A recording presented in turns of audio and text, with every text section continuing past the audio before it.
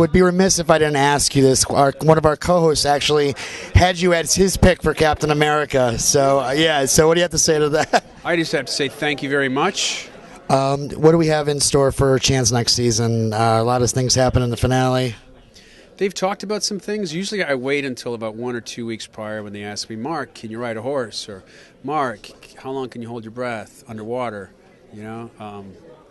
Mark, how do you feel about flying down an elevator shaft? Things like that. Can you parachute? So I'll hear a little bit about stories as they're developing, but the information that I get that's really pretty secure is like a couple weeks out when they ask me.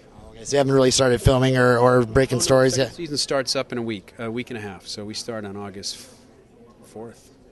Yeah, because we were wondering about maybe the return of Baptiste, or wondering if Catherine may have died or not. You're going to see Baptiste again.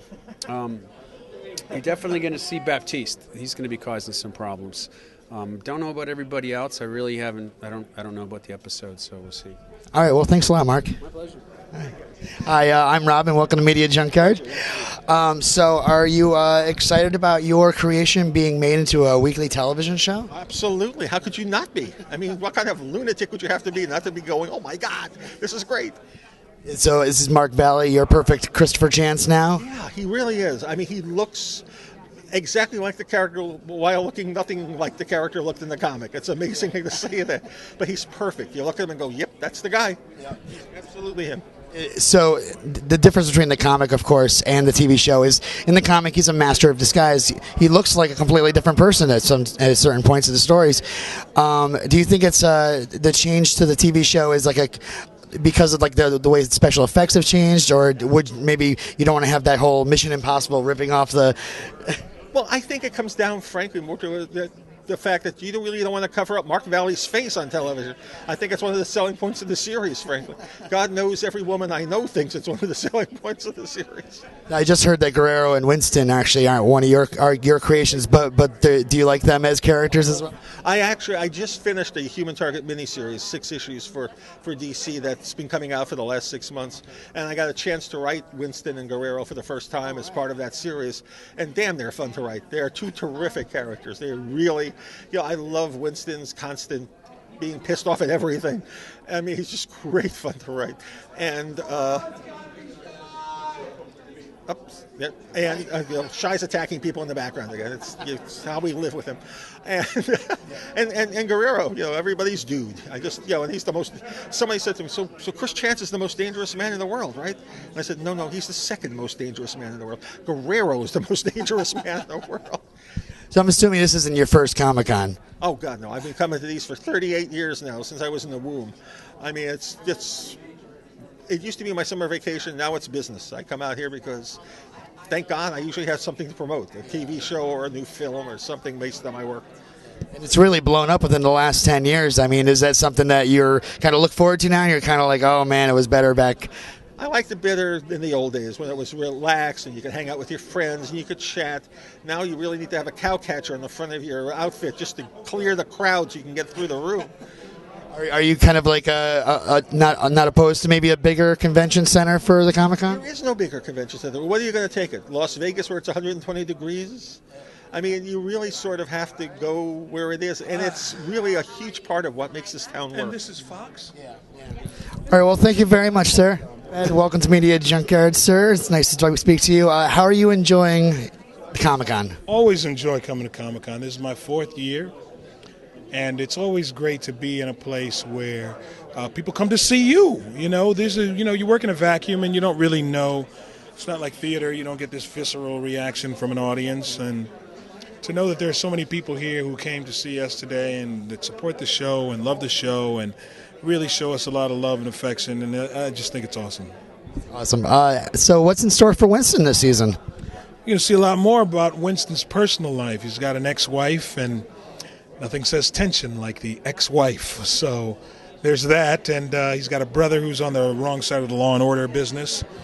So he's going to be dealing with that, a lot of family issues, and we're going to see a lot about these characters and how they operate when they're not on the clock. And we got Indira Varma, who's coming onto the show, and wonderful actress, and she's going to be playing the role of a recently widowed billionaire who goes from being a client to being a partner. And yeah, so we've got a new boss, and it sounds like a good idea, but I don't know yet. I don't think Winston will be very happy about this. He won't be initially, and I think that it's going to set up for a lot of good tension and conflict and good TV.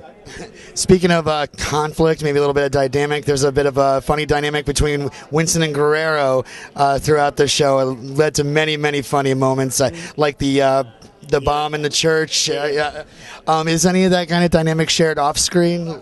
Yeah, he's always trying to give me the business, and I'm trying to give him the business, and we're always, but we're like a family, and we show our affection in that way. You know what I mean?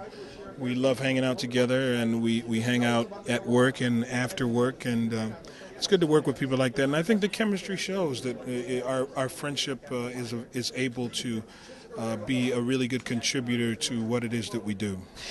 So, new chef in the kitchen. Is it going to be the same? Is it going to be the same kind of recipe? Ingredients, man. Same ingredients. Same food. We're changing the cuisine. The first season seemed to be a lot of throwbacks, like those '80s shows, like MacGyver and The Fall Guy, and especially Lee Majors.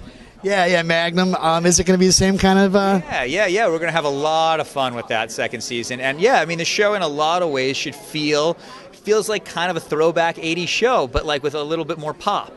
And we're going to try and bring that all in this season, and whether it be the cool cars or the music or whatever it is, it's being a Friday nights at 8 o'clock. People work hard all week. We want to come back and just be entertained for 1 hour, and that's what we're looking to do with the show. So you got a new female lead, I hear? Yeah, we introduced 2 new female characters. One of the female leads has actually been cast. It's a woman named Indira Varma, who's a British actress, wonderful, incredibly talented, and we're super excited. Can you tell us a little bit about that character? She's a billionaire whose husband was murdered under mysterious circumstances. So she comes to our team for help, and through the course of the first episode back, what ends up happening is she realizes that there's a value to what these guys do. So she ends up becoming kind of the owner of the team and the boss. So we watch Chance have to butt heads with a new owner, but what else it gives us is it gives us a little bit of wish fulfillment, because now they have access to the billionaire's toys. Her jets and her cars and her houses and everything else. So is there going to be a human target cave, maybe? Human target cave, exactly, man. Exactly. The door opens and she flies out. Yeah. So I hear that Baptiste may be returning this season? Baptiste is going to be returning for an episode, maybe a couple more, but we have him coming back for an episode where basically Chance has to go find him in a Siberian prison. And he has to sort of get him out of there, and he needs his help. But the concept of the episode is Chance has to trust the person that he trusts least on the planet to rescue somebody. Yeah. He killed Catherine. He killed the original Chris Chance. How could that possibly be? It's some real growing pains there. But also him having killed Catherine and all of that happened chronologically in the series, actually before the episode where he had come back earlier in the season, and we had seen Chance and Baptiste kind of working together. Even though we ended that season with that moment, it feels fresh in everyone's minds. But there was actually an episode in between there that had aired earlier that shows them growing a little bit from that moment. Come on, she can't be dead, can she? I mean, no, I don't know. I haven't seen a body. One last question. All Human Target fans, I'm sure, are wondering, when's Rick Springfield coming on your show? Immediately. That's an excellent question. Call his agent, Rick Springfield. Get in touch with us. You're on. You're booked. All right. Well, thanks a lot. Welcome to Media Junkyard, sir. My name is Robin. So busy in high-profile movies these past couple of years with The Watchmen, playing iconic characters like Rorschach and Freddy. What's it like doing a TV show? Is it like a new movie every week, or? Yeah, that's kind of what's cool about it. It's like I'm kind of used to the world of you get the big old screenplay and. It's just this one thing, and you kind of work on it, and you develop it, and you figure out your character, and you get out there and work, and once you're done with it, you kind of move on. Now, what's great about that process is how it's such a slow, meticulous process, but doing the TV show, it's really cool, kind of getting a new screenplay every 10 days, getting to dive in there and work with all of these guys on a regular basis. It's really rewarding. It's kind of fun helping to develop the character over time and to see where he's growing and the different twists and turns. It's different. And one of the things that is most exciting about it for me is when I started to see the show was to see how good television filmmaking has become over the years. When I was a kid, man, it was nothing like this. First, it was that 4x3 TV stuff. It looked like a small screen. Now we've got these movie theaters in our house, and the crews, the directors, the writers. It's just.